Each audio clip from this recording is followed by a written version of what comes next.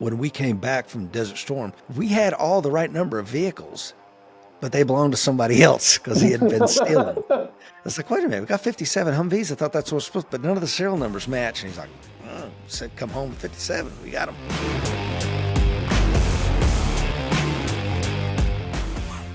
Welcome to the Defenders and Disciples Show. Today I'm joined by my good friend Rich Brown. Rich is a Marine veteran, author, and the co-founder of the American Warrior Society and the co-host of the American Warrior Show and the Across the Peak podcast. Rich was also a regional manager for disaster preparedness and government operations for the American Red Cross. Rich is a retired Marine combat veteran with over 23 years of service to our country.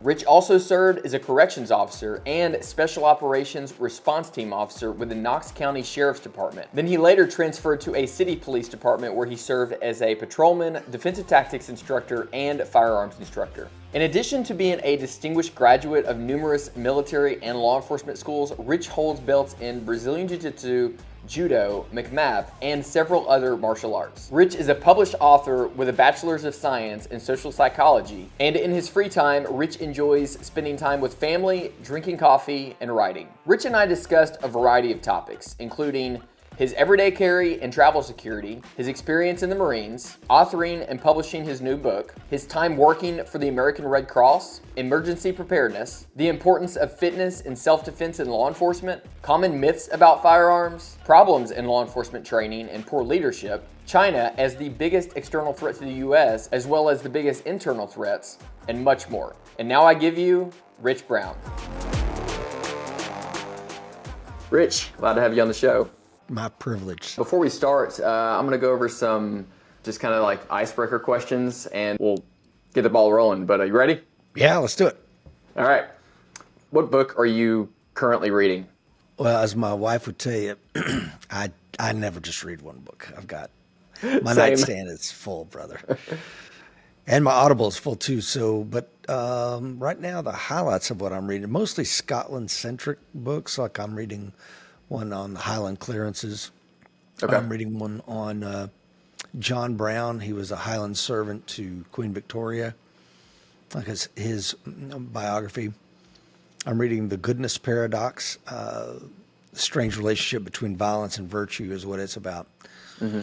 And I think that's about it. The Sea Kingdoms of the Western Isles of Scotland. So Okay. that's about it. Brown, is there a relation there? Yeah, man. We've been to Scotland 3 times. We've been to the little village that our ancestors came from on the Kintyre Peninsula. So, yeah. That's awesome. You just got back from that trip. Yeah. Was that the trip? Yeah. Yeah, that was our 3rd trip over there. Yeah. Okay.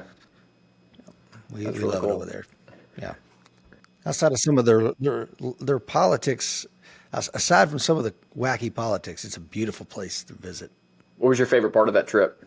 I really love Edinburgh. It's probably my favorite city in the world. I mean, there's places that are more beautiful that I've been to, like on the Amalfi Coast of Italy, and some places in Greece. But I would say that I love Edinburgh, but we really love the Scottish Highlands. There's a little cottage that we stay on the Crennan Canal up there that we've stayed several times. Gotten to know the owners and stuff, and it is just heaven on earth, man. It really is. Beautiful, beautiful. It's interesting to, if you study your ancestry and you can fix a place and understand the politics that kind of pushed and pulled you out of there. Mm-hmm. And, for our ancestors, perhaps yours and mine and a lot of people that will be watching and listening to this, we weren't part of migration like we think of migration today. We were going from one British territory to another. It'd be like me moving to Wisconsin. I mean, it was the same sovereign, the same money in your pocket. Everything was the same. It just happened to be crossing an ocean, But Yeah. other than that, yeah.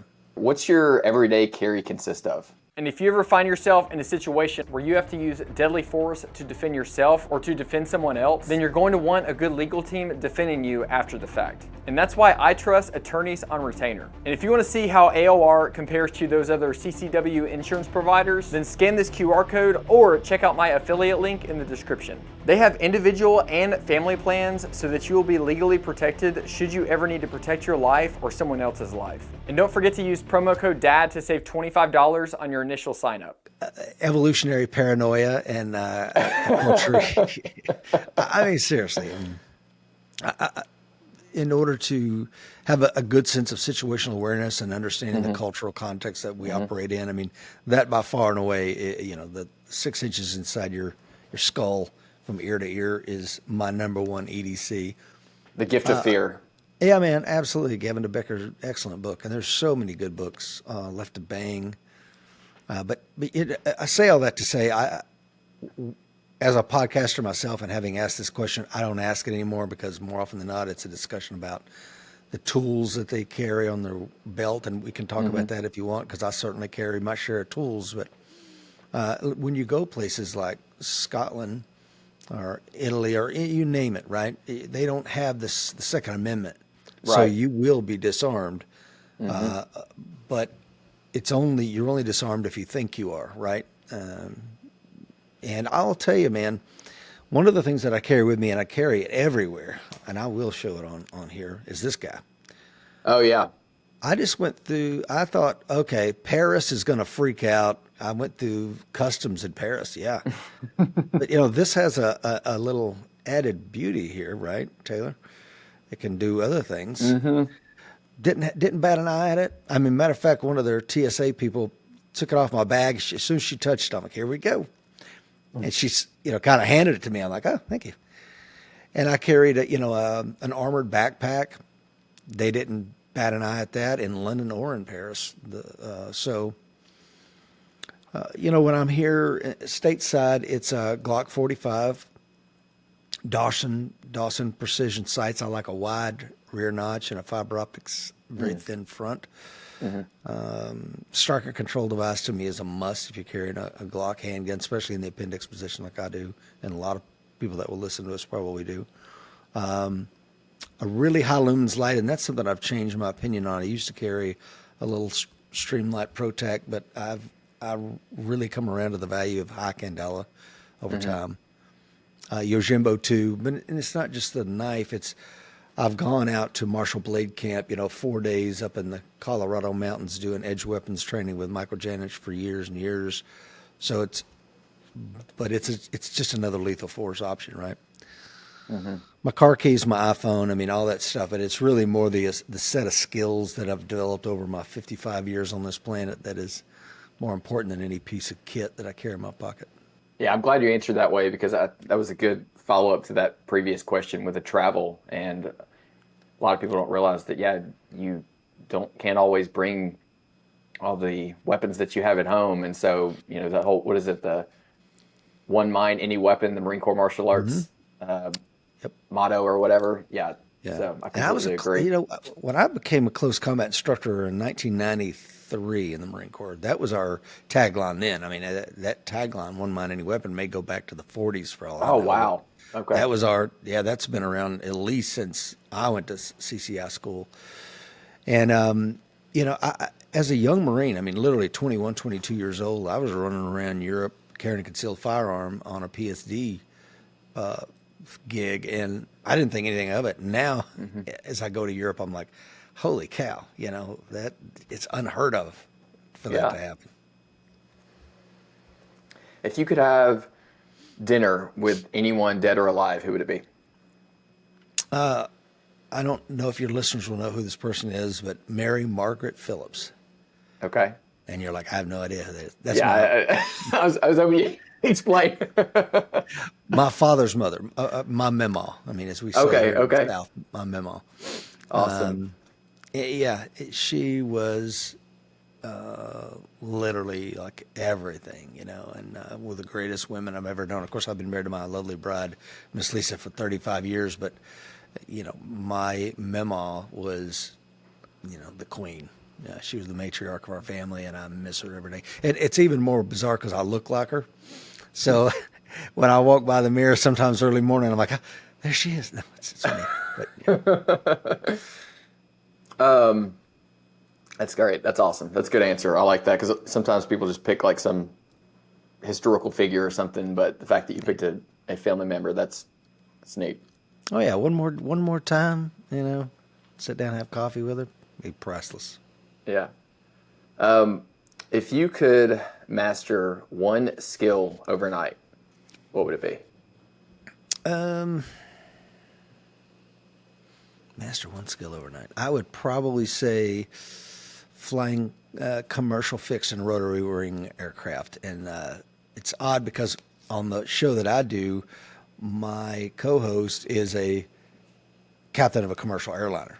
So he probably has no idea that I really envy his skill set to be able to just jump in the cockpit of a 777 and take off. But yeah, What are you talking about, Mike? Mike is? no, Will. Will. Wood. Okay. Will. Yeah. Wood. Okay, yeah. Yeah. He was on with, he talked about the travel security, didn't he? Oh yeah, we have I don't know if a lot of people know what an FFDO is. Do you know what that is? I don't. Federal Flight Deck Officer. So we Okay. have a lot of members in the American Warrior Society that are FFDOs that are they're trained commercial airline pilots that have also been trained by the Federal Air Marshals, and they carry firearms in their cockpits. Now, you would never know who they are. The stewardess don't know who they are, but they have a firearm in their cockpit. So yeah, I've had some of those guys on, and we've talked about travel security and things of that nature. Wow. Yeah, that was a good episode. Okay, so that you said learning how to or knowing how to fly a commercial airline like a 777 or something. Yeah, fixed and rotary Okay. wing. I mean, I want to be able to. Things get Oh, squirrely fixed and here. rotary. Yeah. Oh, yeah, man. I'll go Yeah. and jack an airplane and get my family out of here. I mean, it's kind of like learning a superpower, right? Because you're flying. Yeah, and if you've read the book, I started flying when I was 16. I actually soloed when I was 16 years old, and He's talking about this book right here, which we'll get into hey, in a look at second. that. That's right. Yeah, yeah. So that is a superpower. My brother now is learning how to fly, and when my son moves back here from Albuquerque, we're all gonna, pursue flight together. And Yeah. yeah, because it's highly important. And some of the older planes that are on the tarmac, they're going to be resistant to an EMP or a coronal mass ejection or things of this nature because they function off magnetos. And so if you know how to jack one, you can get Tactically out of Dodge. acquire.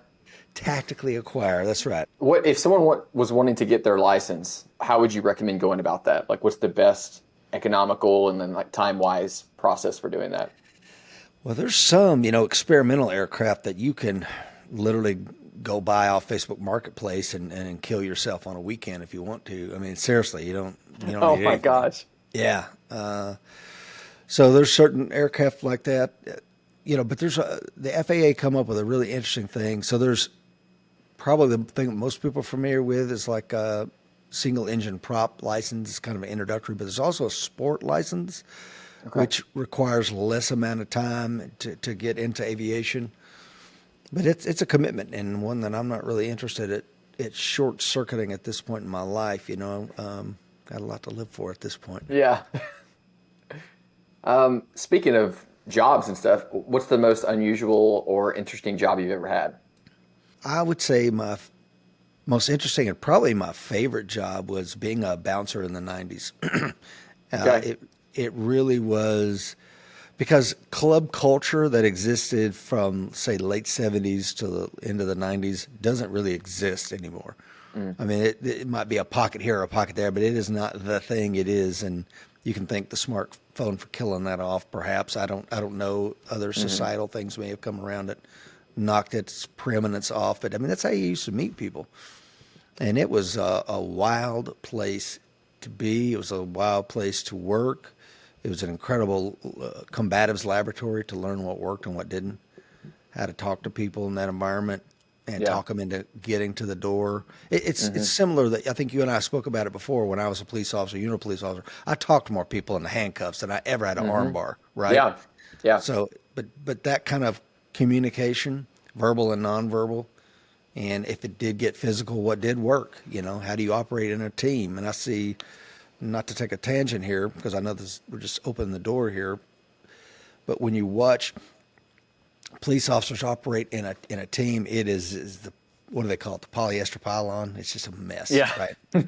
If you watched Mike Seeklander and I operate when we were bouncers together, it was incredibly efficient 2-man takeout. I mean, we all knew what we were doing, where to grab, what to grab, and out the door we went and weave our way through the throngs of people like it was nothing. And I don't know why, I don't know why that is today. Why they can't figure that out. Yeah, it's oftentimes in a police fight, you're often fighting the other officer as much as you're fighting the person you're trying to detain. And you have that one officer that shows up that either before the fight happens, they're the one escalating it, and you're like, oh, we're about to fight. Or while you're fighting, you're like, what is this person doing? Like, what is their goal right now? I don't understand. I'm fighting them so That's that was 100%. always a challenge. Yeah. Sometimes it was either easier fighting someone by myself than it was with other officers. Yeah, you don't know what they're going to do, and that was the thing with a floor staff. It's going to be the same group of 4, 5, 6, 8 guys, whatever the number of folks that are working is. And a lot of times we would meet up at somebody's trailer, right, and go over, hey, well, this is what happened last night. What's a good way to deal with that? And we would work our tactics together, because this is before the UFC. And back then, you were taking a bunch of guys who were strikers, and we're trying to morph together. Like, we're not punching anybody in a nightclub, because if you're going to get sued, you're going to hurt somebody. We don't want to do that, right? So we're trying to do some form of stand-up grappling, because I don't want to take them to the floor either. And even now, as a guy that's been doing Brazilian Jiu-Jitsu for the last 7 years, I don't want to go to the ground, even though I'm very comfortable there. It's where I can use some of my old man stuff, to slow this thing down. But it's a stand-up grappling is what seemed to work best in that environment. Yeah. Well, and also it works in jiu-jitsu because it's usually just one opponent, right? You're not worried about other people coming in and stomping on your head while you're trying to do an arm bar. Yeah, I went to probably about a year ago. I went to Cecil Birch, good friend of mine. He immediate action combatives. He's I think a third or fourth degree black belt under Megaton Diaz. He has a school out in Phoenix, and he came to Nashville. I went to his 3 or 4 day course. It was fantastic, by the way. If you get the opportunity to train with Cecil, I highly encourage it.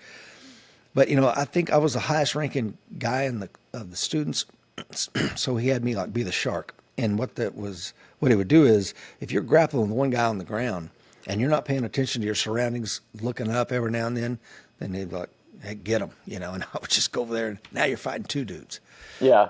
So if you were up and giving commands, say, stay back, then I stayed back. But if you were sucked into that thing on the mat, here I come. Good luck. That's good. That's a really important skill set to make people aware of. Well, let's talk about something else. How about we start off with this book here? Literary masterpiece. It should be in the Library of Congress. I mean, if I'm honest, Probably should be. On violence, and I'm gonna butcher this word. Varietals. Varietals. Is it varietals? Okay. On violence and varietals. This is a great book, guys. If I'll have a link in the description, and I encourage you to pick this up. It's just the way you wrote it. It's like having a conversation with you. I mean, it's just the casual tone. But and the way you tell the stories is so raw, and I love it. I mean, it's great. What is there a particular story in the book you would like to talk about the most? I mean, I'd like to talk about the whole book, but we'd be here for 5 hours. Is there a particular story? One of the things that seemed to resonate with one of my good friends, Justin Carroll, was in 3rd Recon Battalion and then 2nd Force and then MARSOC. He said that the description you give of Camp Schwab, being on Camp Schwab and going to the snack bar, he said to me, man, that was the Marine Corps in microcosm. So, if you ever spend any time at Camp Schwab, you will know what the hell I'm talking about. It's a miserable place on earth. But just as far as the gamesmanship that they do with young Marines, and I spent 23 years in the Marine Corps, you know that. I retired as a Chief Warrant Officer, so I didn't do a 4-year one-off, and now I'm pissed off about the Marine Corps. No, I had an amazing career. I'm very happy with how it went down.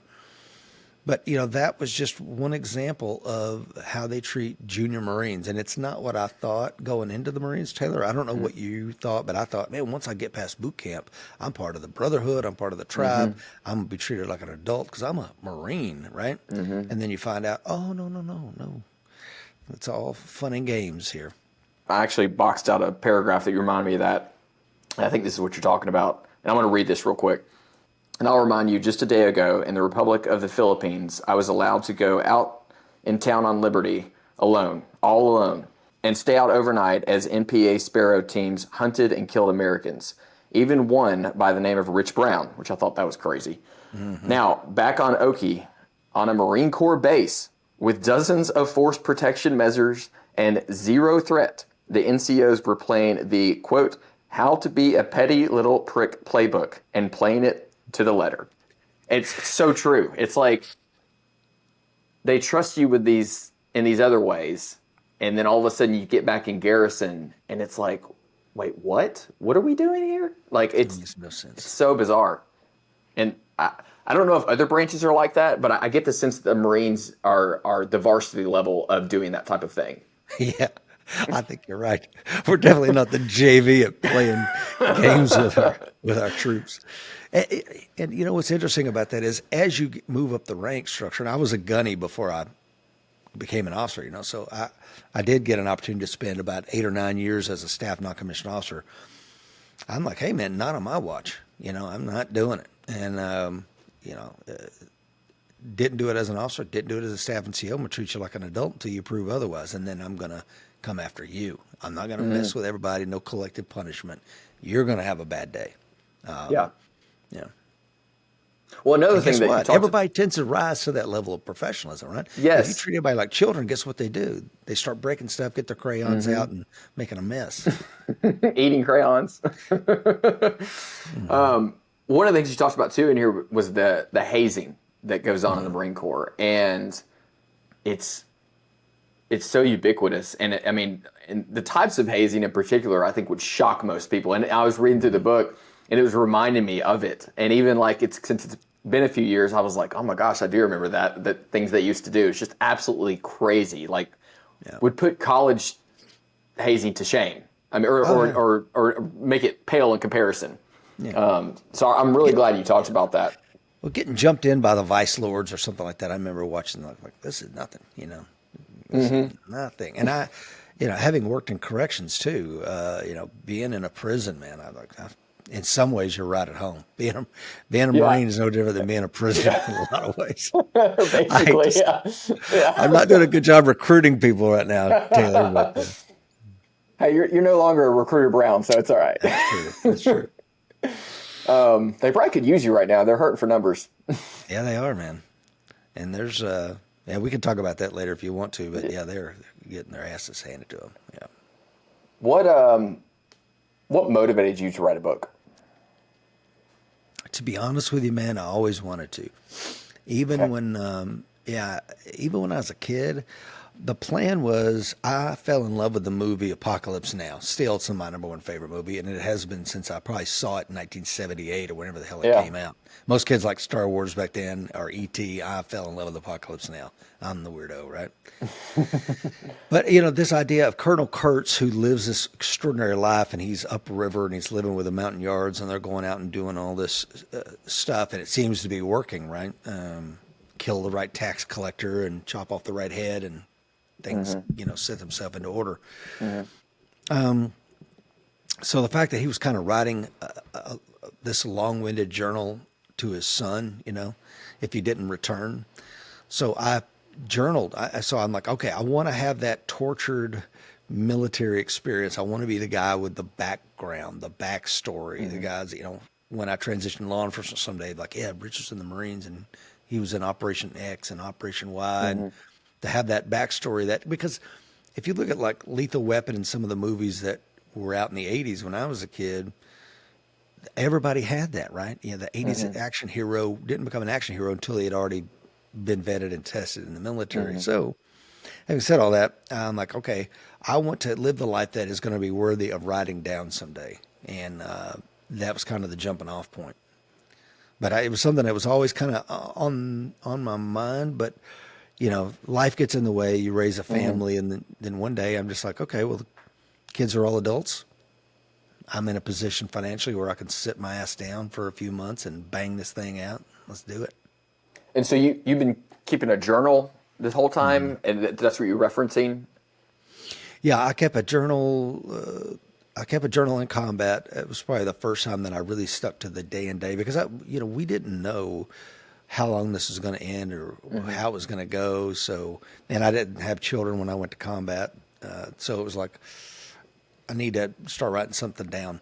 So it was easy to go back to that with my notes, and then take my notes and juxtapose it relative to the Marine Corps Historical Foundation that puts out a publication on every combat thing. And kind of like, okay, this night I was here, this was going on. Okay, this all jives. Okay. Checks and balances, yeah.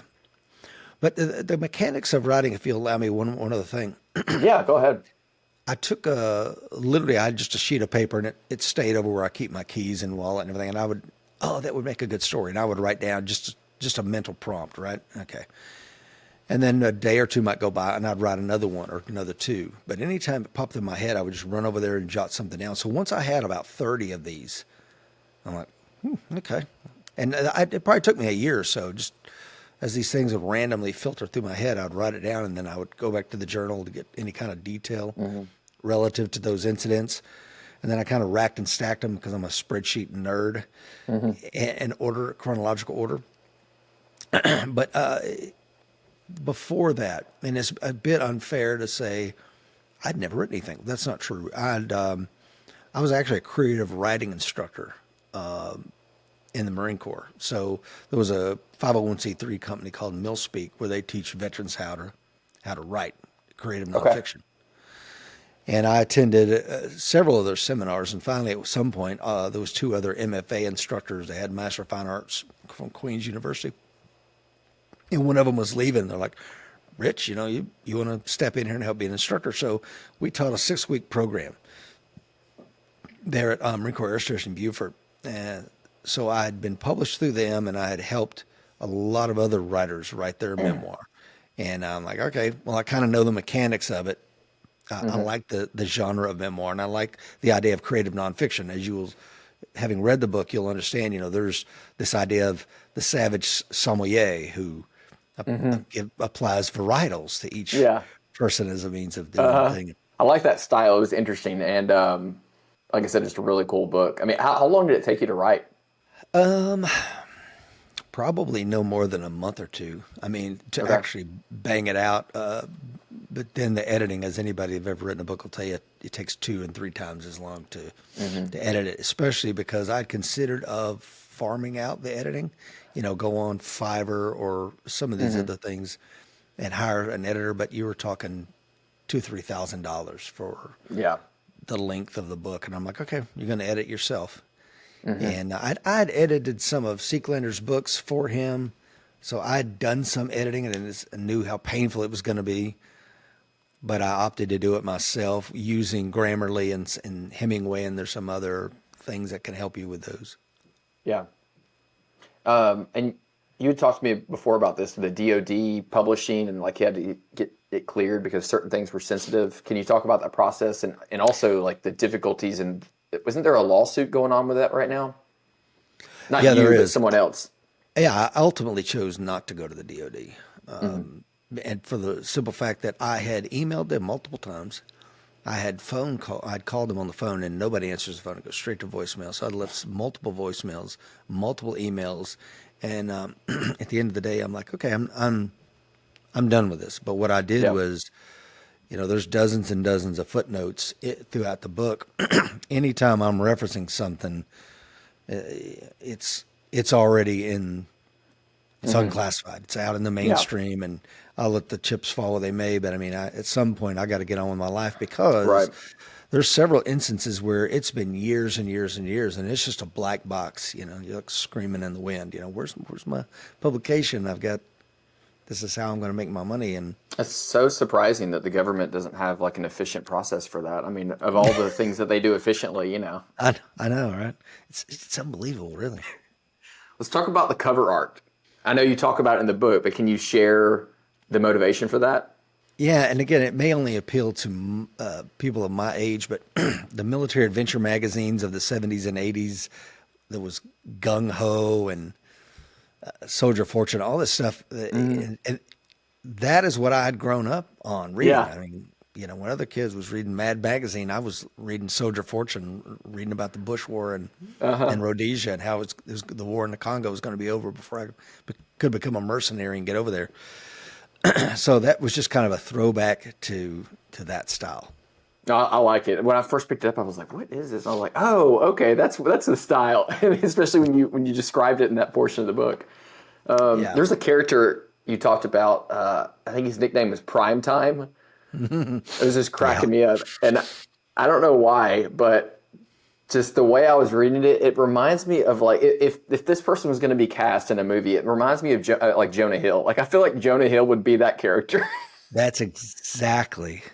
I mean, looks a lot like him. I don't think he was quite as rotund as Jonah Hill, Yeah. but as far as Marine Lance Corporals go, he was a big boy, Yeah. a really overweight guy, and I mean, the dude was unbelievable. And I've ran across a couple of characters like him. There's another one that sticks out in my mind. If I ever write the conclusion to On Violets and Varietals, the second half, you'll get introduced to somebody else who has that same level of charisma. Like they just are like an infestation, man. They could come into your town. They could come into your town, Taylor, and take it over. Like, is that in the mayor's office? What's going on over there? Yeah, it just made me think of that character from War Dogs and Jonah Hill, and I was like, "Oh my gosh, that has to be what he looks like."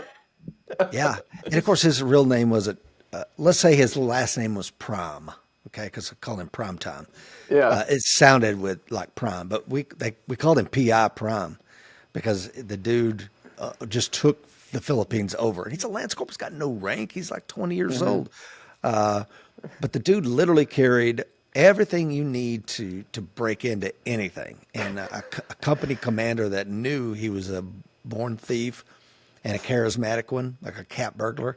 Yeah. And if the company needed Humvee tires, I'm telling you, brother, new Humvee tires would show up from nowhere. Tactical acquisition. Oh, he was incredible. You definitely want to go to war with that guy. But what's funny? When we came back from Desert Storm, they made him as a Lance Corporal, like the battalion police sergeant, as a Lance Corporal, because you can't promote the guy because he's just unpromotable. He's overweight and he's got this cloud of he's a thief hanging over him. Yeah. But nobody can prove anything. But when we came back, we had all the right number of vehicles, but they belonged to somebody else because he had been stealing. It's like, wait a minute, we got 57 Humvees. I thought that's what was supposed to, but none of the serial numbers match. And he's like, said come home with 57. We got them. That's hilarious. He was something else.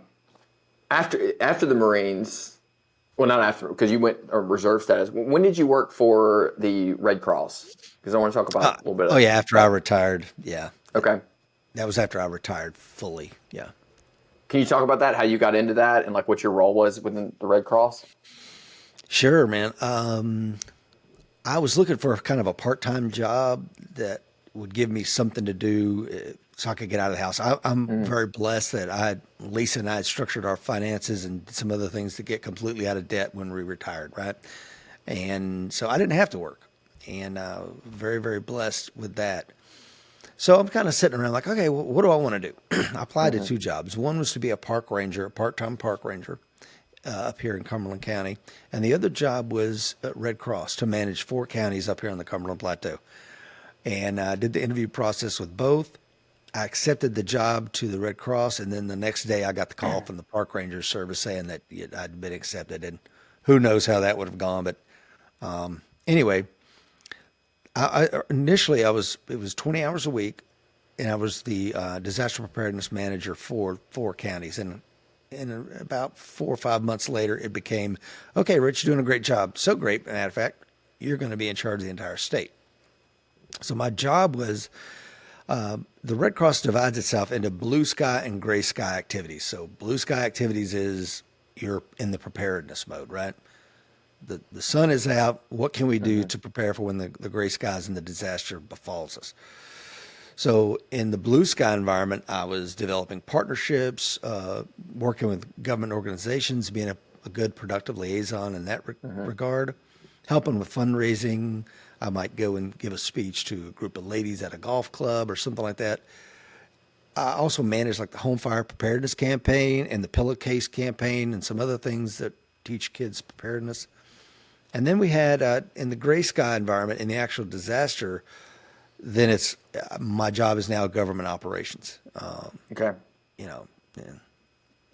So in terms of like emergency preparedness and the type of advice you provide, like what type of advice would you provide on that to other people about emergency preparedness? And there's a lot of people claiming to be subject matter experts on emergency preparedness right now, and there's a lot more awareness about that.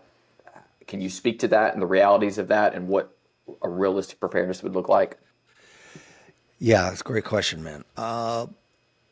True emergency preparedness probably has to start with home fires. And I know it's boring and it's not sexy, but really that's what's going to kill you or your family or the dog, or it's going to cause you to lose your home. And, so I would start with home fire preparedness, have a great plan, check your smoke alarms, et cetera. Have a plan that you can enact and react to what's going on. Make sure your kids know what to do. Don't just sit up when the alarm goes off, because now you're going to inhale a lot of toxic smoke. You want to roll off the bed, get on your hands and feet, touch the back of the door with the back of your hand, all that kind of stuff that they should know. And if they don't, you need to get up on that. So I would start with that. Beyond that, I mean, we could talk about water, we could talk about food, but really creating and maintaining an artificial climate. And that's something I never hear anybody talk about. But in my experience, especially in winter-related disasters, to have a mother and a child freeze to death in 21st century America in a snow or ice event, it seems anathema, and yet it happens. I've seen it happen. We had an ice storm here; 31 people died. Yeah. And if you look at what killed these, what was the leading cause of these fatalities? It was not being able to heat your home when the power goes out. It was maybe you did have enough forethought, right, Taylor? And I'm going to get the generator. But then you put the generator in the carport next to the house, and carbon monoxide killed you and your family. So sliding off the roadway, was another thing. So if you look at what kills people and you kind of reverse plan from there, like, okay, nobody dies because they don't have enough food and water, okay? But you will die from generator type things, freezing to death. We had so much food and water. We run shelters. I can't tell you how many shelters I was responsible for during my time. And this leads into something else, if I could, because this is one of those myths like, oh, we're going to bug out, bro. We got a bug out bag. I got the bug out vehicle. Where are you going? Where are you going? Now, I'm not saying that there's never an opportunity to bug out, or you should never bug out. If there's a wildfire bearing down on your house, man, you probably need to bug out. You should have bugged out days ago, probably, because now anywhere you go is going to be treacherous. And if you don't have a chainsaw and a winch inside your truck to move debris out of the way, you may just be driving into your death. So, and a good set of leather gloves and iPro and all that kind of crap. Closed-toed shoes, Taylor. Closed-toed shoes. Oh yeah, always. And laces and closed-toed shoes. Thank you. Right. I can't say enough about that. But this idea of this bug out prepper mentality is nuts, right? Yep. 99% of the time you need to be able to, you're bugging in. Yep. And if the idea is to bug in, what do you need to bug in, right? Yeah. Well, you and I, we've been on ruck marches in the field with grown, fit, motivated, fighting age males. And that sucks. It sucks. I cannot imagine doing it with a family and kids and all the necessary hygiene supplies that go along with that. I mean, it's just, it'd be a nightmare. Where are you going? Where are you going? Where you're going, and then like on your way there, if you do have a place to go and you're gonna like bug out on the land, it's like good luck. Like how often do you practice rucking 16 miles, 25 miles with 45, 50, 60 pounds? Yeah, it's foolish. I mean, it really is. and I'm sure somebody's going to drop some hate in the comments. I'm just telling you, man, having ran shelters professionally, you don't want to end up in a shelter. But if you try to attempt to flee, you may find yourself in a shelter that you don't want to be in. And in those shelters, yes, you're going to find warmth and comfort, and you'll be out of the rain and food and some of the psychological aids that you or your kids might need. You're going to find nurses there, et cetera, but you're also going to be put to work. They may separate you and your family, your wife and kids are over here and the men are over here, and you're going to be doing a task if you're going to be staying in the shelter. Your pets may not be allowed in there. So there's 1,000 reasons why planning to bug in is the right thing to do. I'm going to live off the land. What are you talking about? What does that even look like? Yeah. When one of the disaster relief operations I worked in, we needed food, but trucks couldn't get in up here to the plateau to bring the food in. So literally, I'm going to break into high schools. Literally taking bolt cutters and shit. We're going to break into these high schools because the freezers aren't working in there and the food's going to spoil, or I can feed the community. Yeah. Now, of course, we reached out to the schools. In a lot of cases, we had someone, the superintendent or somebody, bring us keys so we could get in, a janitor or what have you.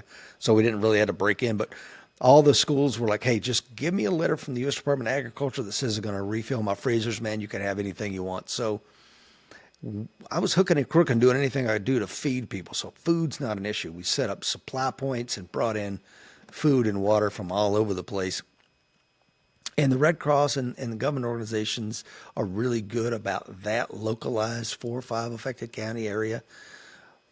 But in the scenario that you and I are probably thinking about, where there's an attack on our power infrastructure, or there's some kind of electromagnetic pulse from a spy balloon, coronal mass ejection from a giant solar flare, some of these things that could knock us back to the Stone Age, man, good luck.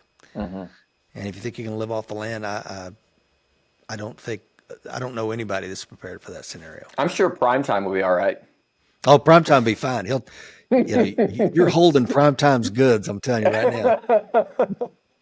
Are there any resources for people to get started in that space, like just legitimate resources that will actually give you realistic information on what to prepare, how to prepare in terms of communication, link up with your family, what you just said, like, fire prepared, all that type of stuff? Yeah, the Red Cross has a lot of really, really excellent free apps that are amazing. Highly encourage people to check those out. I mean, there's like pet first aid. There's hurricane and tornado apps and all kinds of stuff that'll alert you, and they've saved lives. They're amazing, and they're free. There's YouTube, which is free, but you get what you pay for, right? Yeah. Now, let me backtrack.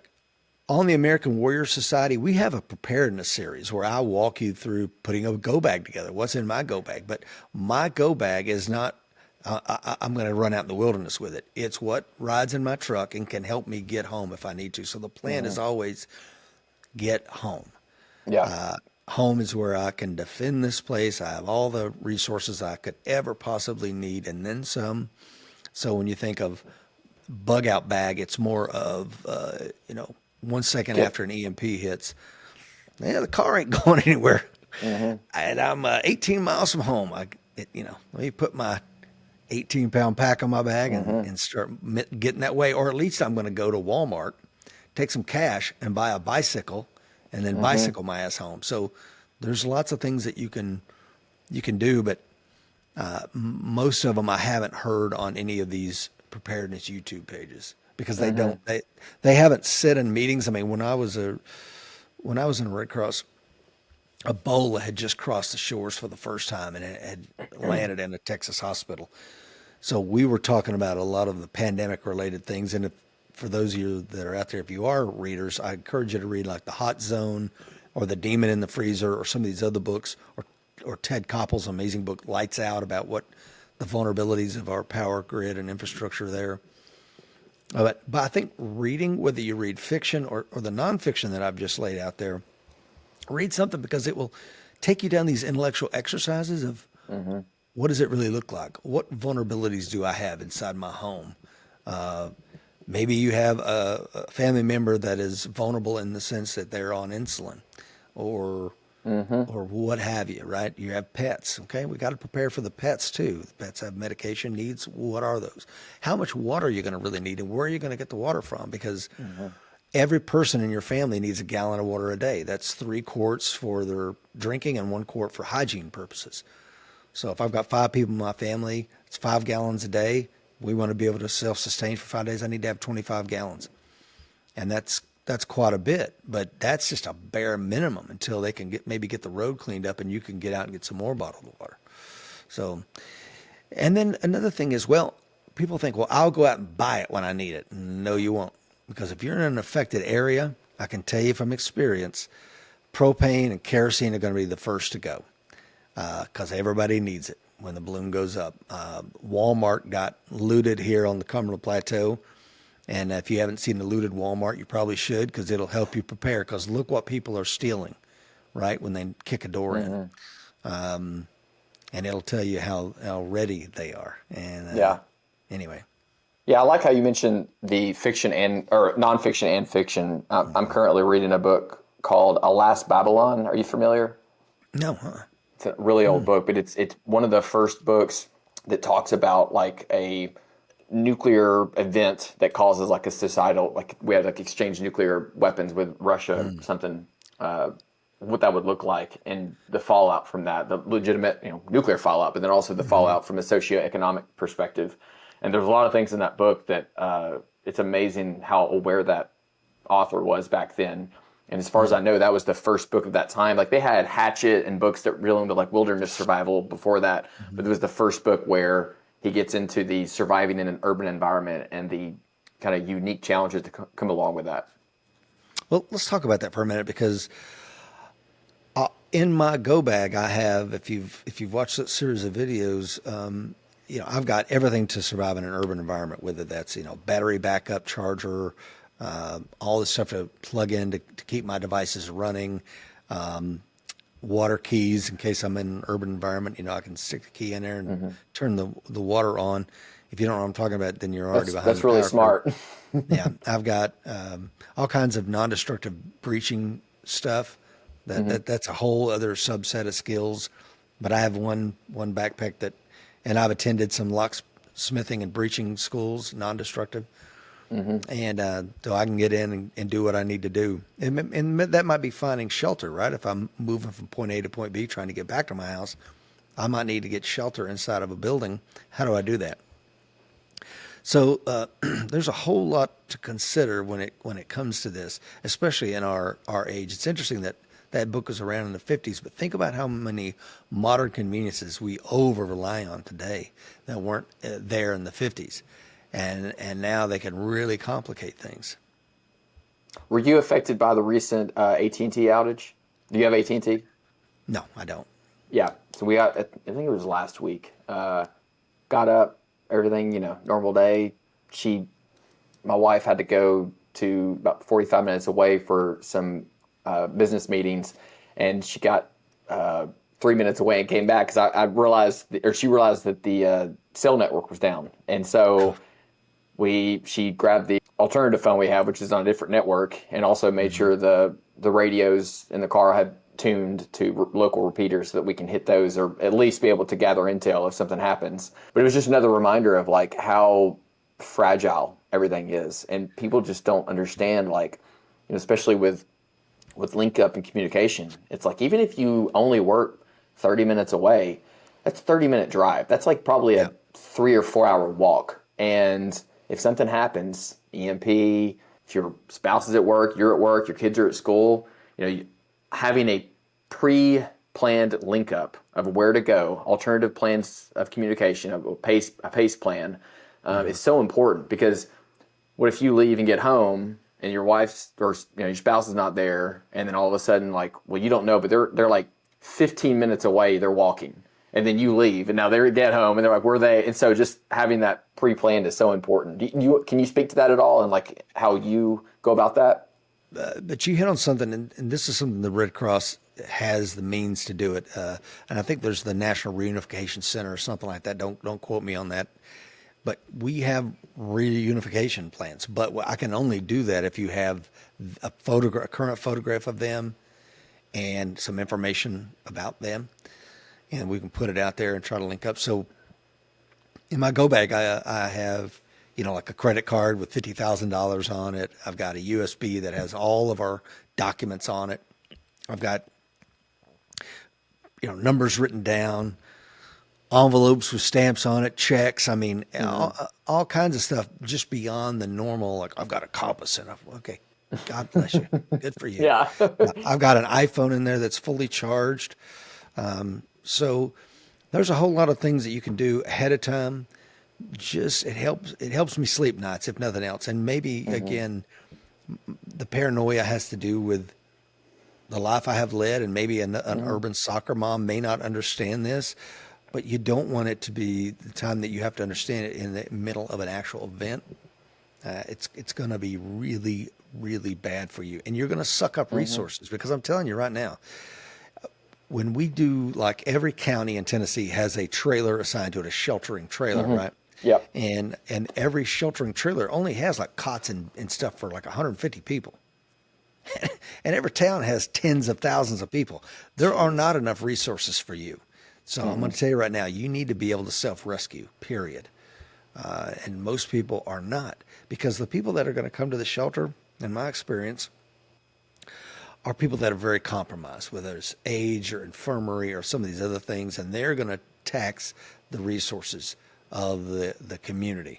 It's going to be, we need to get grandma moved over there because she's on a ventilator. She's got all these issues. Now we've got multiple ambulances transferring her to the shelter where it's going to take round the clock care from nurses. The hospital's already full to capacity. And so often the shelter becomes kind of a bleed over for hospitals and things of this nature. So you're on your own, man.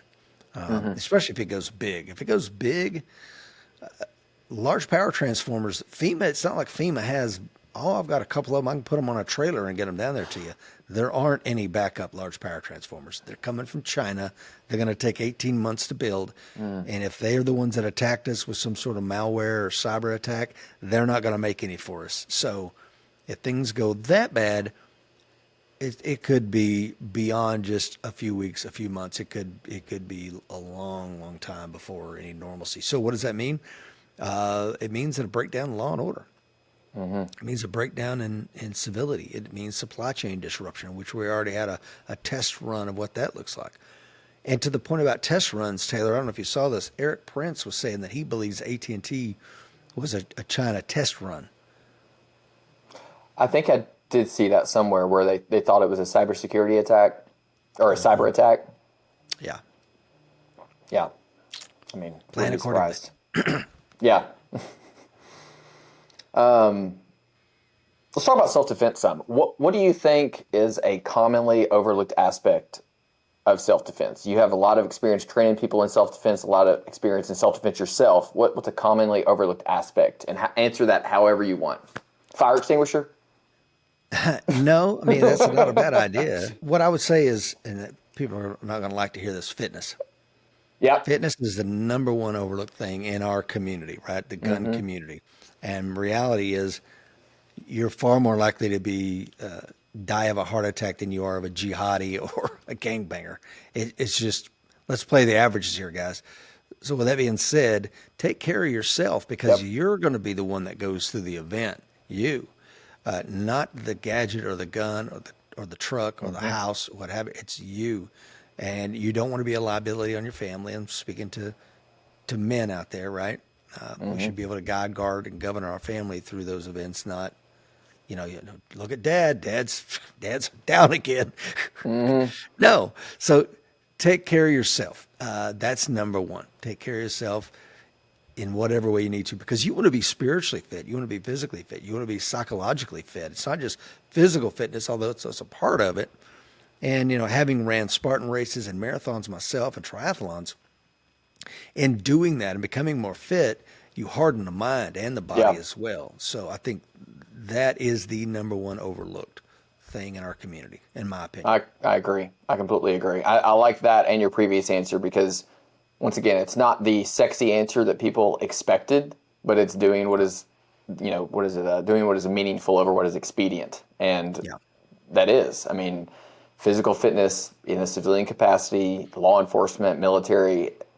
There's a reason that, particularly like in the Marine Corps, for when you're applying for officer candidate school, that your physical fitness test is like one of the most, if not the most important factor whether or not you get selected, because it just shows fundamentally, can this person lead themselves? Yeah, And now let's see what else they can do. that's exactly right.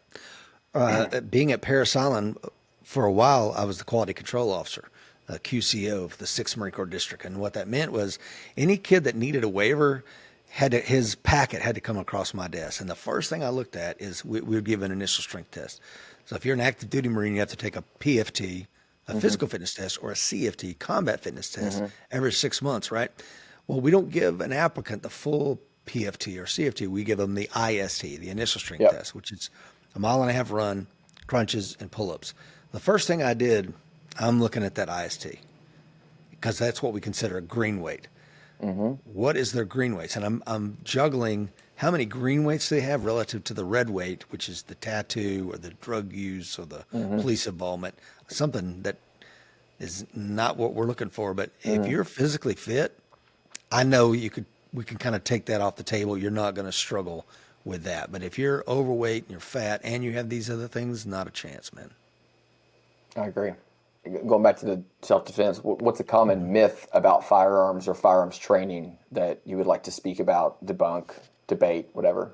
The myth is that gun grappling just does not happen.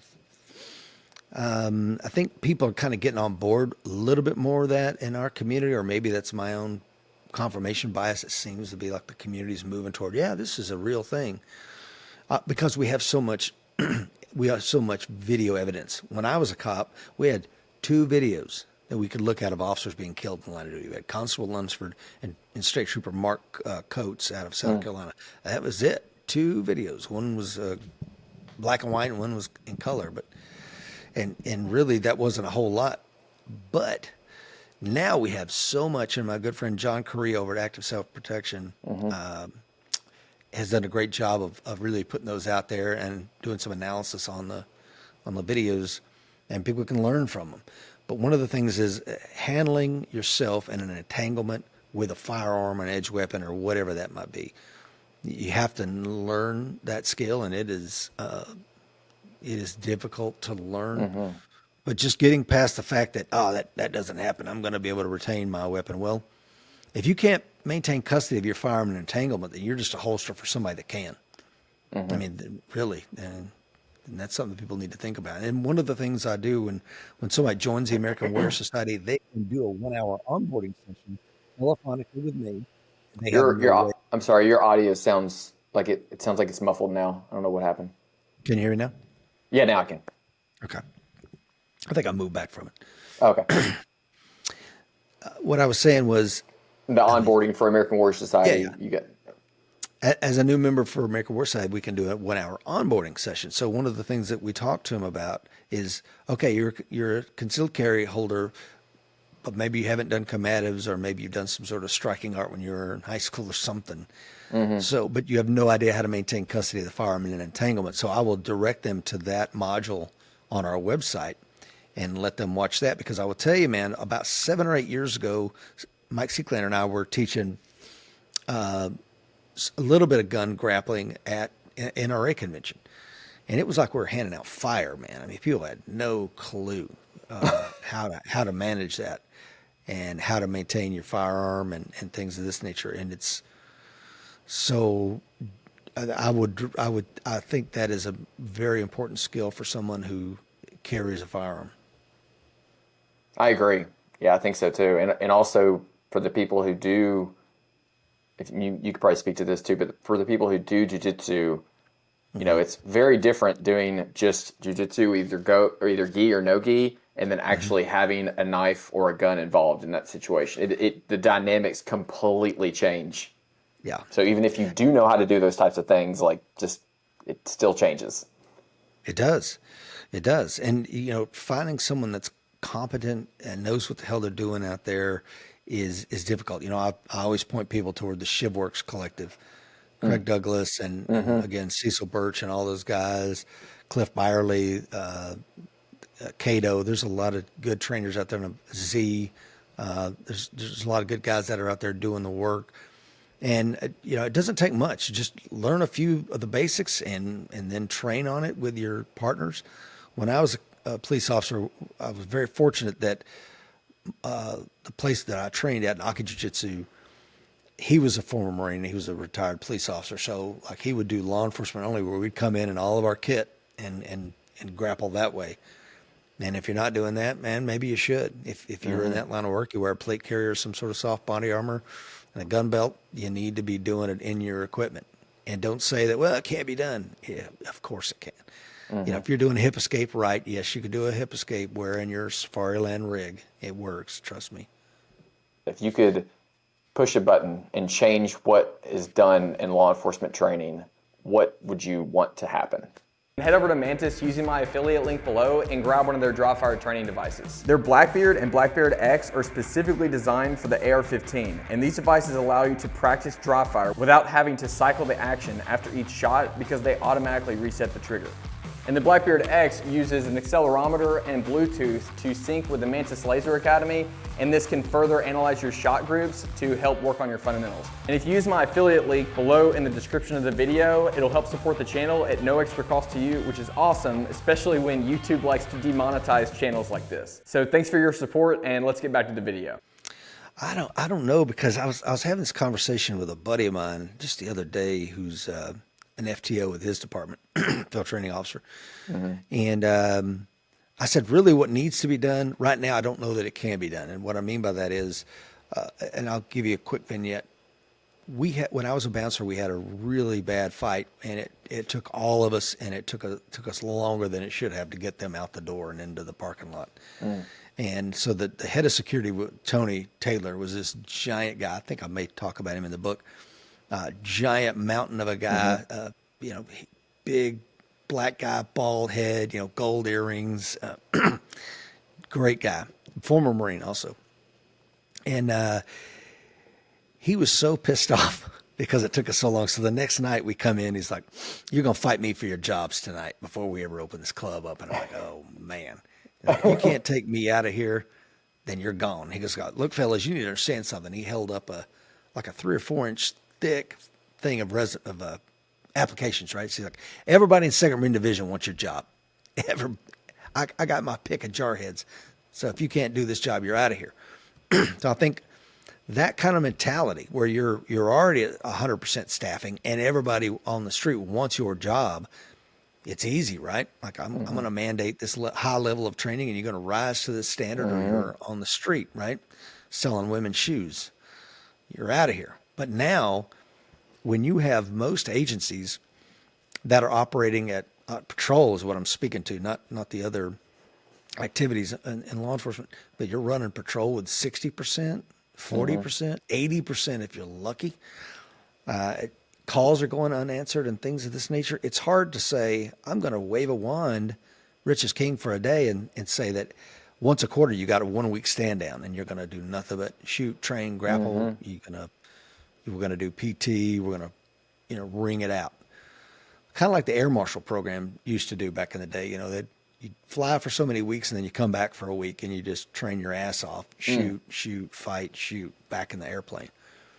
Something along those lines I think would be important, and you're going to get the right person, but they have to be led, right? I mean, if the leadership is not on board, and that's what I have seen more often than not, that the leadership is just absolutely risk averse, and they think that training every single officer to at least a blue belt or a purple belt level of jiu-jitsu is only going to increase your use of force incidents. And what we have found is it decreases your use of force incidents. And when they do have a use of force incident, what I've seen is the damage to the suspect, the damage to the officers are very minimal, if non-existent. So same thing with shooting. If I'm a high-level shooter, and I like to think that I am reasonably a high-level shooter, been doing it for a long time, I know when to get on the trigger and when to get off the trigger. I know when to muzzle you, when to not muzzle. I know my capabilities with the firearm in my hand. So I'm apt to shoot less people. An acorn falling on a squad car is going to freak me out. I'd be rolling around in somebody's yard screaming.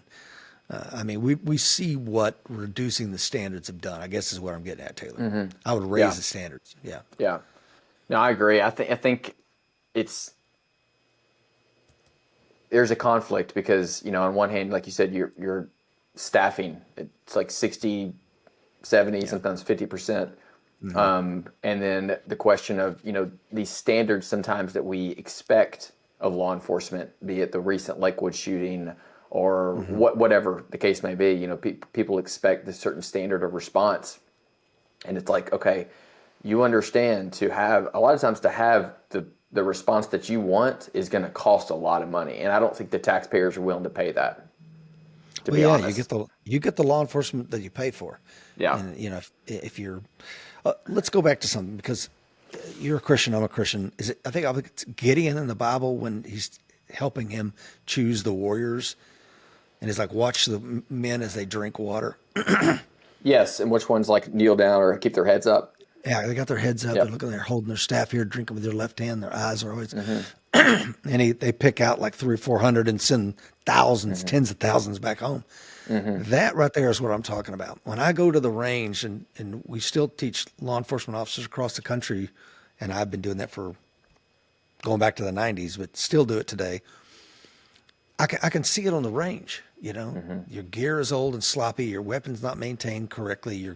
The placement of your gear makes no sense other than administratively it's more comfortable for you, but for a tactical, it makes no sense. You're out of weight. Uniform looks like it just pulled it out of the dryer. Here's another big one. You take your earmuffs off and set them on your handgun. I hate that. And there you go. Or you don't want the magazine to hit the ground, so you stuff it back in your magazine pouch, even though it's empty. I mean, there's lots of little things like I can hear the Lord telling me, send this one home. This guy does not need to be in a patrol car, or he does not need to be in the back of an MRAP. This is not the right person. However, we're in such a position where calls got to get answered, man. What are we going to do? And it starts from the top down. I believe that Eric Holder and Obama had an opportunity when Mike Brown and some of these, Trayvon Martin and some of the other high profile shootings, to kind of combat the narrative of the police are bad and say, look, fellas, no. Let's look at the data. Because if you ask most liberal Americans, how many unarmed African-American men are being shot in this country each and every year, there'll be thousands. Oh yeah. It's a vast ocean of these men that are being hunted and killed by law enforcement. In reality, it's on average 8, 9. I mean, it's a single digit out of a country of 340 million people. It's statistically zero. It's exactly. It's statistically zero. So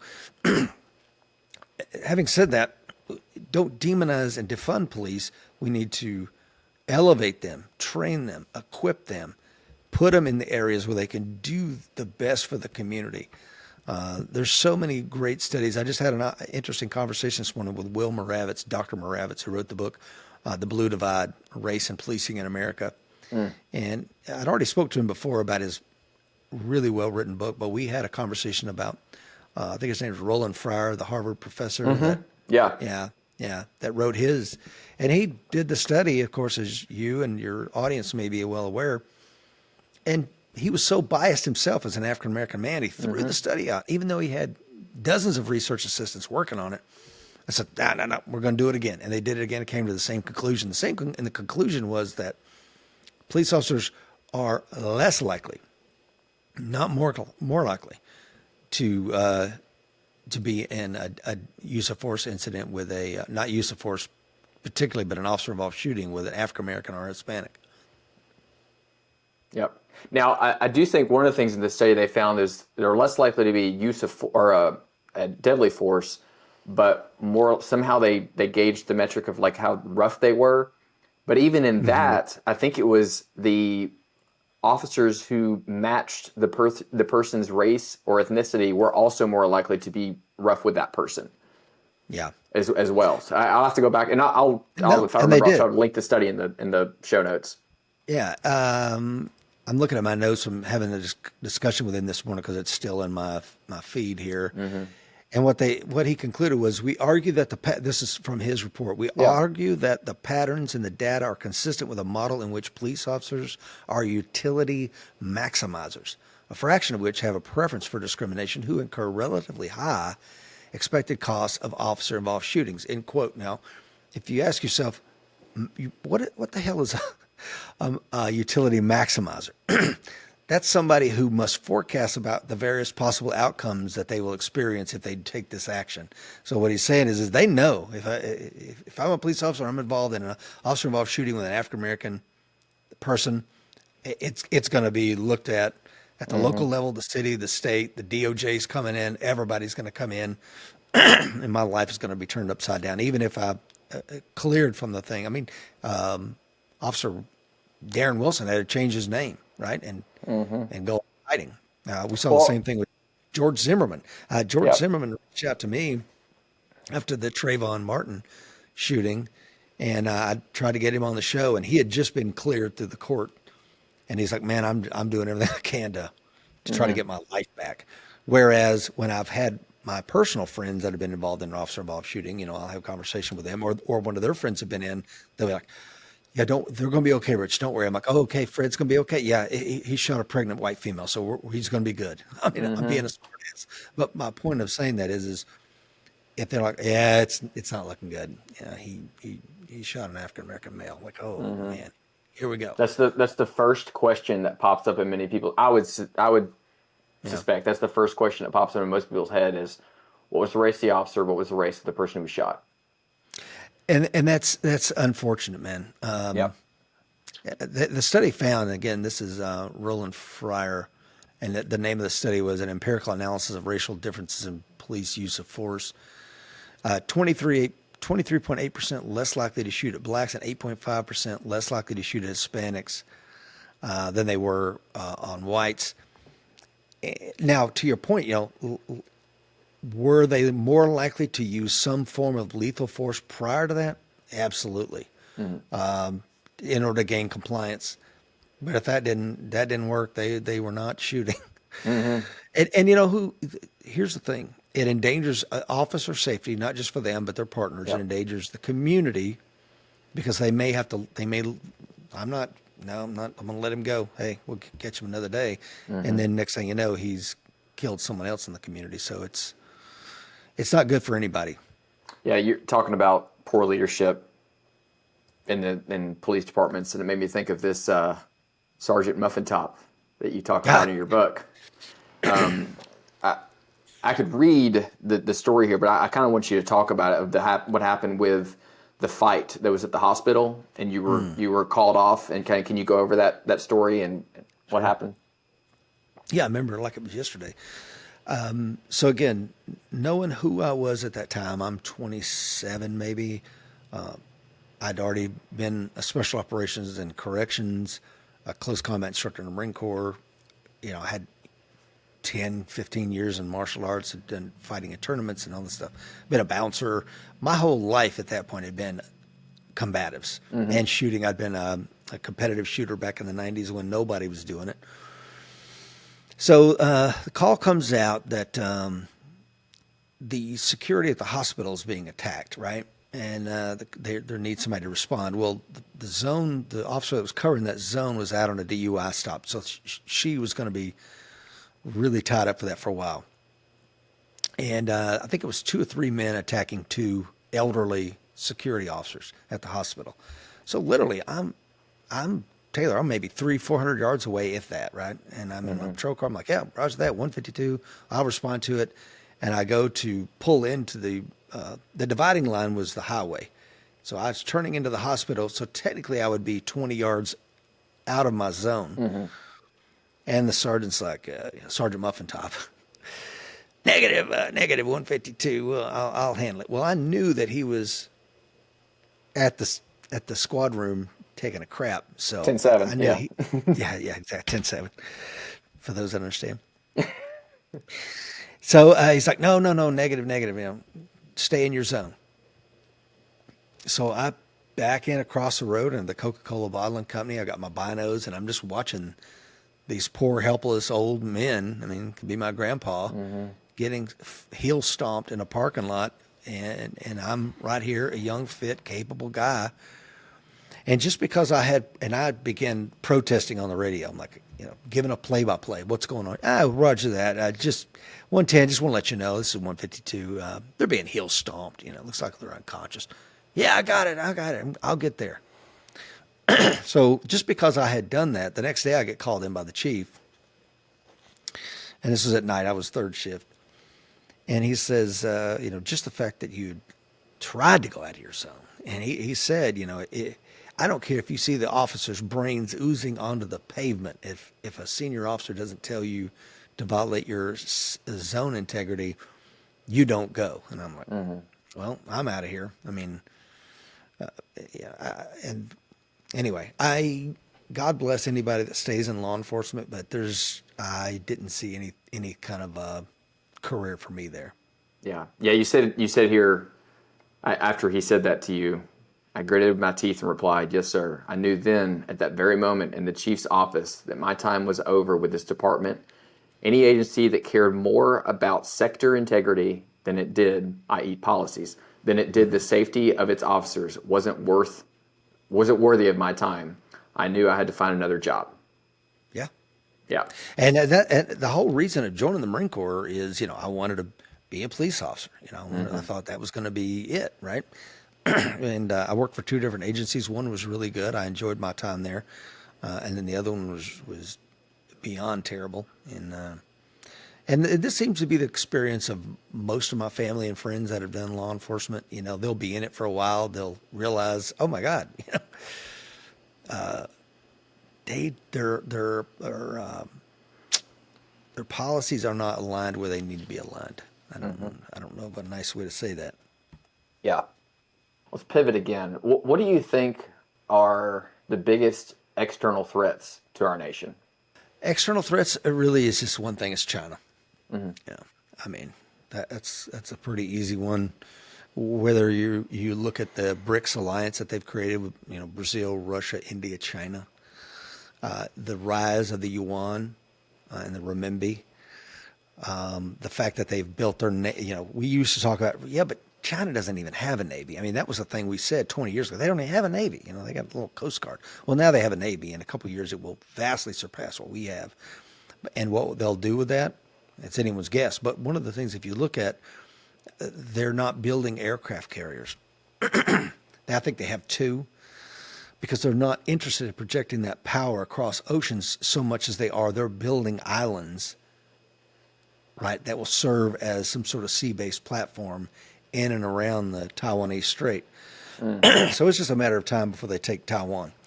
They have, the FBI has already said, they've got mountains of malware sitting on our electrical infrastructure. To what end? Our telecommunications infrastructure. Again, to what end? We have offshored our manufacturing capability where we don't make anything anymore. 98% of our we don't make shoes. Think about that for a minute. Every town used to have a town cobbler. And now 98% of our shoes are imported. That's a problem. So a war with China is the worst thing that could happen, and at the same time, probably the most likely course of action. The Marine Corps just completely restructured itself. It got rid of its tanks and a lot of other things because it sees a war with China, and they're gearing up to win that war. Now, why? Why care about Taiwan? They're going to retake Taiwan, and it's going to happen the next week, or is it going to happen 5 years or 20 years now? I don't know, but it will happen at some point. And why do we care? Well, because we don't make semiconductors. And TSMC, which is a Taiwanese semiconductor manufactures 60-70% of all the semiconductors. Some of the rest of them comes out. There you go. Every look at your desk for a second. Everything on my desk has a semiconductor in it, except for maybe this pencil. I mean, everything. This has a semiconductor in it. This probably has headphones, everything. 100%. So we are over reliant on this, and for a whole host of reasons. Another really good book is Chip War. If you haven't read that, it's kind of sets the stage for how we got in this position where we're going to have to go to war over frickin' silicon chips, right? How did this happen? Well, there's a whole lot of reasons, incentives and disincentives that led to the mess that we're in right now, where we're going to have to fight over this little island off the coast of China, which would be really nice if we could just say, you're on your own, but we can't because we need them. And you can't just break ground on a new semiconductor manufacturing facility tomorrow and expect to be cranking out chips anytime in the near future. Yeah. The purity that needs to be in those semiconductor factories, I'll put it this way. In the book, it tells you 11 Olympic-sized swimming pools. Imagine how huge 11 Olympic-sized swimming pools. If there was one grain of sand in any one of those, that entire manufacturing facility would be destroyed. They're That's that level of amazing. purity. And there's That only is one. amazing. There's one company, a Dutch company, that makes the lithography machines. They have 100% market share that you need to build semiconductors. So we're in a mess. And that's why we're probably going to go to war with China. And China realizes that they positioned themselves strategically beautifully, and they're continuing to make deals around the world. You know, the Belt and Roads Initiative is anyway. It's a long-winded answer. It's China. I think now is the prime time for them to do it because we're so taxed between Israel and Ukraine, and we only have basically there's 3 people in our government that manage that type of stuff. You know, the president, obviously, which he's off doing whatever he's doing. Eating ice cream or something. I don't know what he's doing. Yeah. And then you have National Security Secretary, I think, is another one. And then I can't remember the third one. But the National Security Secretary is really the only one I think that I might be picking the wrong person, but essentially one person that manages those things and makes decisions. And that person is already overtaxed. Their bandwidth is spent on Israel and Ukraine. So adding a third variable to that, I don't see how we could do it. No, and you know, anytime we cut and run like we did in Afghanistan, I mean, it reminds me I was a little boy, and the teachers at my preschool had the TVs on, and we were watching the Fall of Saigon, and I'll never forget. And I was probably 5 years old at the time, but I never forget the women. You know, they never turned the TV on during the day, especially not to the news. So when I'm watching the helicopters lift off in Saigon and stuff like that, and then we see the same exact scenario play out in Afghanistan, and people so desperate to get out of there. You know, they're hanging on to C-5 Galaxies and falling to their deaths, and that debacle just shows what weak leadership we have. And to your point, Taylor, I think you're right. I think now there's never been a better time, and there may never be a better time for China to just go. And Eric Prince was saying that that's what China's doing. They're letting you know, hey, I can push a button. It ain't just AT&T. I can take the whole thing down with one button push. So when I go to Taiwan, you better just stay out of this one. And whether that is true or not, I don't know. But it makes geopolitical sense to think that they would do stuff like that. And they've got the chessboard aligned in such a way, you know, they could let North Korea know that, hey, why don't you go across the border? I mean, that's essentially what happened, you know, when Kim Jong-un's grandfather, you know, when he went to Stalin, like, hey, I want to make a play to get my peninsula back. And finally they said, well, I'm not going to stand in your way. And China said, well, maybe we'll support you, maybe we won't. And they do it. So a few of those kind of nods and winks, he could play havoc with our response, and then they just take Taiwan.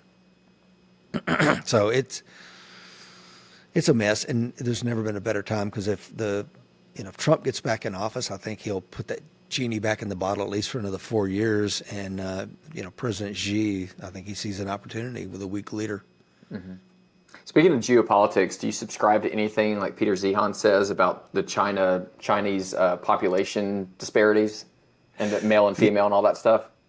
Yeah, some of Zehan's conclusions I don't agree with, which is one of the reasons why I've never reached out to him. He'll make some really, really bold things. Very, very bold. Yeah, like he said something yesterday. It was Jack Carr was interviewing him, and I just turned it off. I wish I could remember, because it was just so out in left field.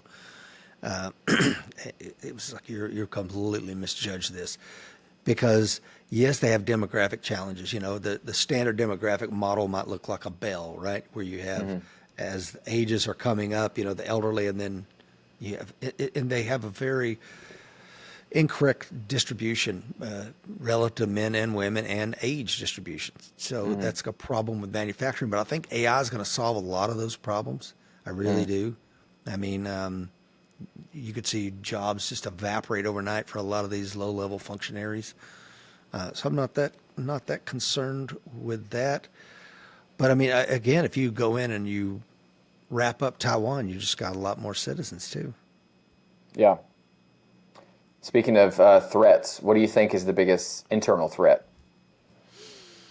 Internal is where I'm really like the scares the crap out of me more than more than anything. I did an entire show on the internal thing. I think that internally it's trust in government and social institutions. You know, we used to have, if you go back to like 1962, prior to Kennedy being killed, trust in government, you know, was like 70-ish%, in excess of 70%.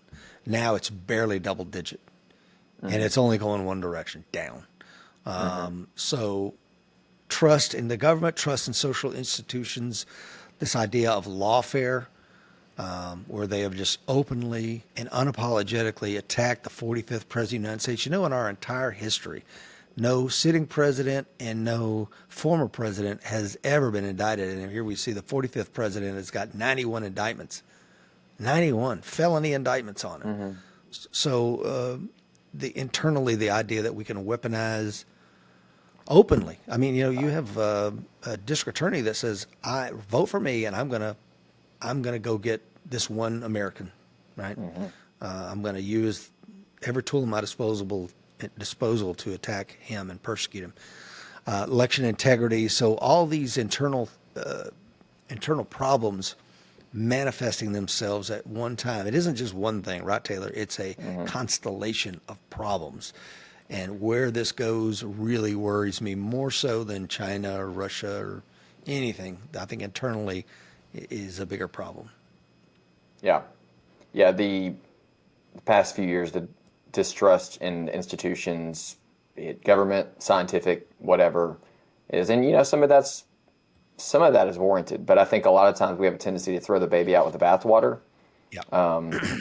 And, you know, talking about, we'll say, here we go, this video is going to get flagged, vaccines, you know, on one side, you know, if you're lockstep with the conservatives, the Republicans, you believe that your avatar would believe that COVID deaths were a joke and vaccine deaths are through the roof.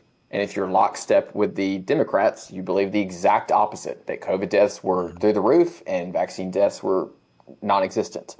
And that is so problematic. And like, you know, especially on the right, where now we have people that just don't even get vaccines at all. They don't get their kids any vaccines. And, you know, talking about the survival aspect, you know, emergency preparedness, it's like, yeah, don't get your kid a measles for that. Measles, thank you. Yeah, measles. It's like if everyone around, you know, there's no issue, you know, business as usual, there's no issue, but the moment there's like an emergency, good luck. Like, you're going to be like, wow, I wish I would have taken advantage of that 21st century science and given my kid a vaccine before this emergency happens. Yeah. But, you know, to tie it together with distrust in science, you know, you have Anthony Fauci. The moment that he came out and said, well, yeah, I did kind of lie to the American people. I knew that masks would help, but at the same time, I knew that I didn't want to pull too hard on the supply chain because it would really impact healthcare communities and healthcare workers. We should have resigned. Okay, I understand that lie, as well intentioned as you thought it was at that moment, I have no trust in anything you're going to say. Yep. But nobody seems to be held accountable in the government, and that's part of the problem too, right? I mean, you had General Milley, who was a chairman of the Joint Chief of Staff under Lloyd Austin, Secretary of Defense, and they let the fall of Afghanistan happen as tragically as it did. They left tens of billions of dollars of American treasure and American war power on the pavement for our enemies to use, and nobody's held accountable. No he gets consequence. to retire, and I'm sure he'll get a book deal. Yeah. But the most damning thing that come out that General Milley did, Bob Woodward in his book, I think Peril talks about it, and of course, and then he later affirmed that he did in fact say it, was that he told his counterpart in China, a four-star general. You're not in politics, brother. If Secretary Blinken wants to do it, a Secretary of State wants to reach out to his counterpart as a Secretary of State, you do your thing, brother. But a four-star general, you're just a pit bull on leash. And for him to say, "Yeah, I called my counterpart in China and told him if we attack you, don't worry. I'm gonna call you and let you know." That to me is treason. I mean, Yeah. it is as treasonous as anything. And imagine, I have four children, two military-age sons, and I imagine them, being in an Amtrak going ashore headed toward Taipei City, and General Milley, meanwhile, is going, "Hey, the Marine's going to land at 5 a.m. tomorrow morning. Get ready." And then they are met by machine guns because this treasonous four-star general has done this. So, yeah, and then no accountability. Yeah, None. that's Zero. the craziest part. The government doing things, be it that or just audaciously trying to pass legislation like the Anti-Paramilitary Act 2024. Like, Right. it's so in your face, antithetical to the First and Second Amendment, but yet they can even just try it and see if it sticks and have no repercussions whatsoever. When I was a police officer, when you were too, and if you just obviously violate someone's rights, like, good luck, you're done. you're going to court, then you're going to jail. And my book, it's pretty. I tried to sanitize it as much as possible because I don't want some weaponized DA coming after me for a civil rights violation. Because if I say I cranked down the cuffs because I just saw him kill his little girl before I put him in a squad car, there's a little bit of, as a father of two daughters myself, that didn't happen, but I'm being hypothetical. And I cranked down the cuffs and I write about it. I could be an old man. They could come back, "Oh, you just violated his civil rights." There's no statute of limitations on that. No statute of limitations on it. So, that lawfare is something we got to fix. And I don't know how you put the genie back in the bottle, because if you think that the next administration won't weaponize it against you, yeah, good luck with that. And I don't know how we solve that problem, but it's a problem. Yeah. Yeah, the political myopia is a big problem too, and everyone's happy when it's their guy doing it, and then the other guy's in office, and it's like, well, obviously he's going to take advantage of it, and you're not going to be happy with it. Like, there's a reason we have checks and balances in this country, and it's because the founding fathers knew the nature of man is that power corrupts, and absolute power corrupts absolutely. Correct. Yeah. Well, I was going to ask you what your solutions that you proposed, but you just said, I don't know if there are any, so. Well, I have some, but if you elected me dictator for a day, I have some. But at the same time, would they ever get enacted? Probably not. But as an intellectual exercise, it's a holistic approach. You got to repeal the 16th Amendment, abolish the IRS, go back to a tariff form of financing the federal government. This is what we did prior to 1913. That would take care of a lot of stuff. Repeal the 17th Amendment, let the states elect their senators, and you would have senators that now care about their states and not getting reelected and things. 100%. Stock trading, man, stopping politicians, lifetime ban on stock trading, stock and bond trading for politicians at any level. I don't care if you're on the school board at Rutherford County, Tennessee, or the governor of Tennessee. I don't care. You're never going to be able to trade stocks and bonds again. You can do a mutual fund just like the rest of us. Good luck. Term limits, secure the border. I mean, think about a congressman who can run indefinitely, but they're still 2-year terms. So immediately upon getting in, they immediately got to start raising money for that campaign because they're going to be up for re-election in a year. So give them a 4-year term. You can do 2 4-year terms and you're gone.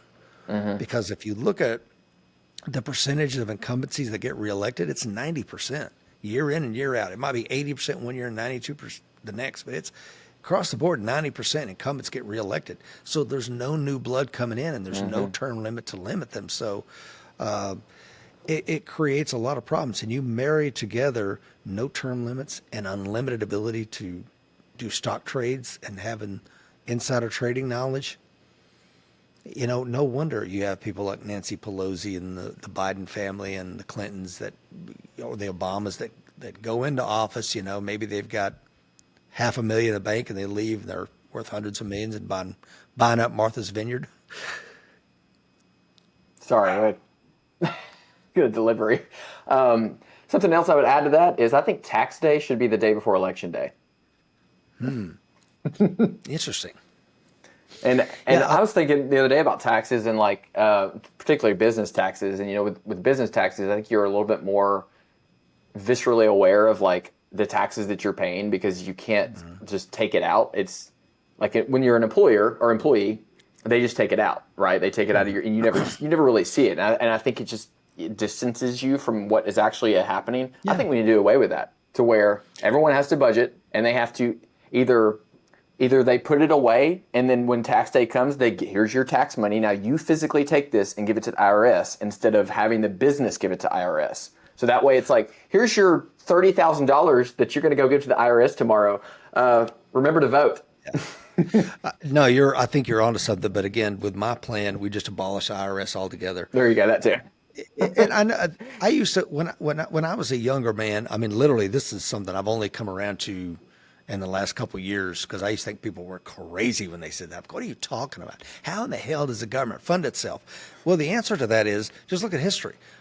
Prior to 1913, the federal government functioned just fine. Well, how did they do that? They did it through tariffs and excise tax. Excise tax is the tax that you pay when you get cigarettes, when you get beer, these vice-related activities, or gas and things. Some of the usage tax, right? Then the other thing is tariffs.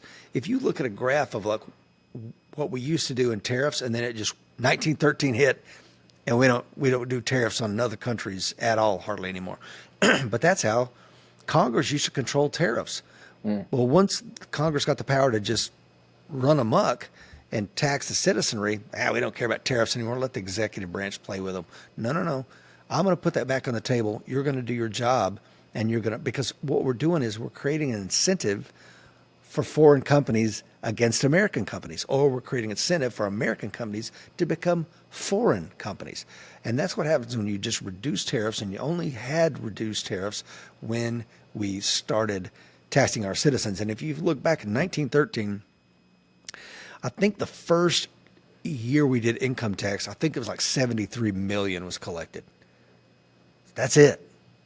That's all they did. The tax code was 15 pages long, and they collected like 71 or 73 million dollars on the American citizens. Now it's in excess of $500 billion, and the tax code is well over 1,000 pages. So I say all that to say we're tax cattle. One of my friends said we're free range humans on a federal tax farm or something like that. But we got to get away.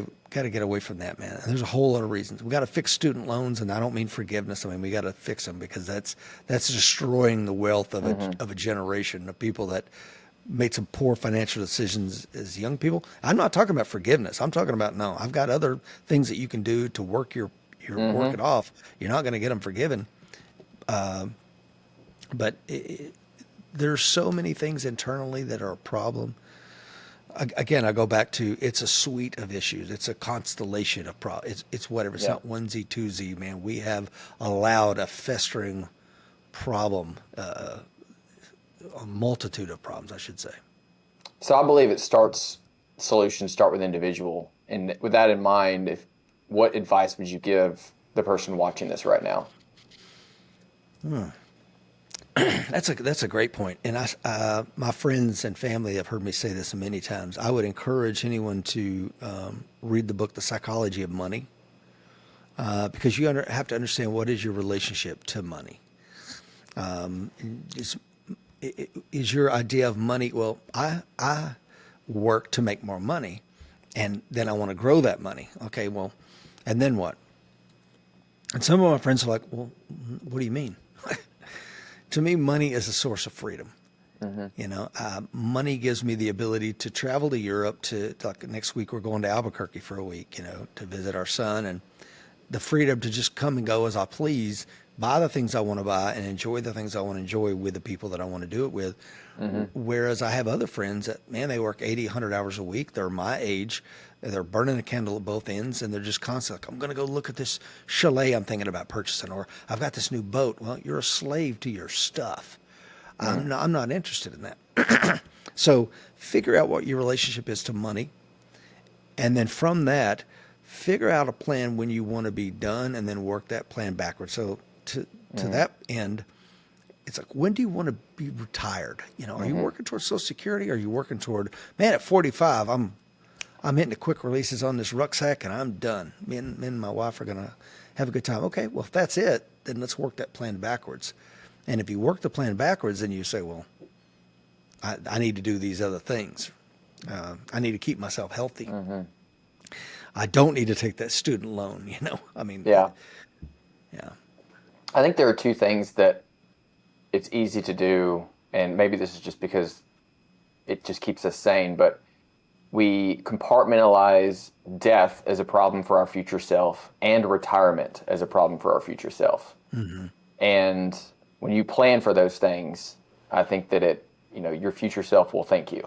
Yeah. I have a saying, man, I tell my kids all, take care of the future you.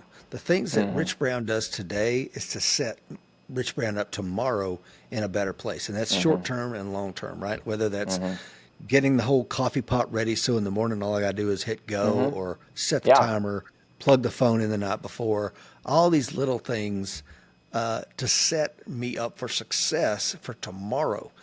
Now, so I'm just constantly doing that, whether that's long range, long term planning, or short range goals. But then you have to execute. And this is where a lot of people, I think, Taylor, even the guys and gals that dream big and they plan big and everything, it's the execution sometimes falls short. And I get it. Life gets in the way. And your plan needs to have flexibility built into it. It's not an all or nothing thing, but I think you have to plan, prioritize, and ruthlessly execute. I agree. Because final thing, for the younger folks listening, I'm telling you right now, man, in my mind, I'm still 27. And I'm not. I'll be 55 this year. So the time really starts to accelerate the older you get. And you think you have, to your point, Taylor, you said you think this is a problem, that death is a problem for somebody else. It's a problem for you. It's a problem for all of us. It's coming.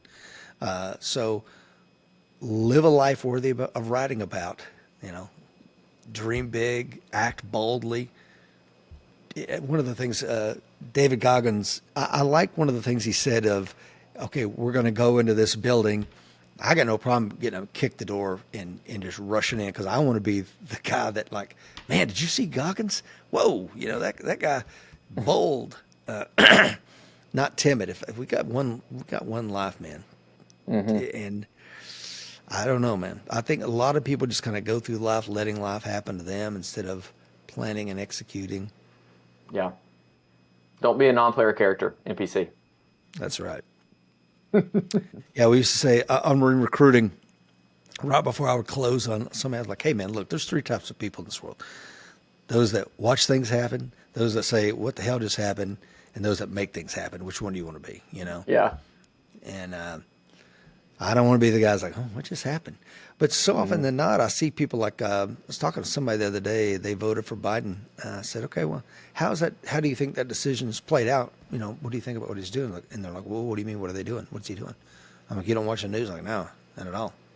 I'm like, literally. And I started going through the things. I'm like, they're like, oh my God. And I think, again, most people that are voting and interacting with us in society, they are NPCs. They don't have a clue, and I don't know what they're plugged into. Maybe it's a TikTok video or I don't know what it is. What's distracting them from the things that are important in life, whether that's your family, your community, your health and safety. It's not just big geopolitical things, because let's be honest, at the end of the day, I can't impact that and you can't either. I mean, we can vote, right? But with election integrity, what it is, I mean, does my vote even matter? That's a whole other thing. But I think we need to be civic minded. I think we need to be family focused. And anyway, I agree. Well, this has been great. Before we get off, though, do you have anything you're currently working on? Any projects, books, or anything you'd like to share with the audience? I do. I mentioned Justin Carroll earlier, a good friend of mine. We're putting together this thing called BSOC, Black Site Operators Course, where we're going to teach a lot of these skills. So if you go to therichbrown.com, you can follow me, or you can go to the American Warrior Society and follow us there to find out more about the Black Site Operators course. So basically, it's everything you need to succeed in an urban environment when and if things go bad. So if that sounds cool to you, we may have a green side. We may have a green side course at some point, but right now we're really excited about doing the Black Site Operator course. Aside from that, I'm working on a children's book. Hopefully I have it out here in a few months, as well as I continue to teach and train our firearms instructor development course, which is me and Mike Seeklander have put together. And so the children's book is geared for Marines, right? Yeah, it actually is. Yeah, it's an adult children's book, by the way. Sorry to interrupt. So you and Mike are working on stuff over at American Warrior Society? Yeah, we have the firearms instructor development course that we teach. You can find out more about that at shootingperformance.com. Most of our courses are law enforcement or military. However, every now and then we do an open enrollment firearms instructor development course. And we may be doing an online course through Livefire, the app. So if you haven't, it's kind of like Facebook for shooters. I don't know if you're on Livefire yet, but it's pretty new. Yeah, so that's what I'm doing. But again, I only get involved in things that I want to get involved in because I do realize life is precious, and I do enjoy spending time with my wife. We've been together since high school, and her and my 4 children are my life, and I will not let anything come in the way of that. So, well, that's why I appreciate you being on the show so much today. Well, Taylor, thank you for having me, and it's been an honor, man. Well, real quick, you talked about some of them, but where can people find you? Can you go kind of through the list of kind of the link tree of where people can find you? Yeah, we've had the podcast, The American Warrior Show. You can find it at theamericanwarriorshow.com. It's on iTunes, Google Play, wherever you find your podcast. We've been out there for 10 years now. I presume we still are the #1 self-defense podcast. So if you're interested in that kind of content, check us out there, as well as the AmericanWarriorSociety.com. We have a membership-based program where you can get access to the training vault. We've got hundreds and hundreds of articles there. You can follow me on Facebook at the American Warrior Society, therichbrown.com. If you want to pick up a copy of my book, probably the easiest thing. You can find it anywhere you buy books. There you go. But if you want an autographed copy from yours truly, go to therichbrown.com. Like this right here. Like that. Look at that. Well, Rich, I appreciate it, man. This has been great. I thank you so much for showing up, and this has been a great conversation. A lot of great information. Guys, thank you so much for watching. And as always, train to a higher standard.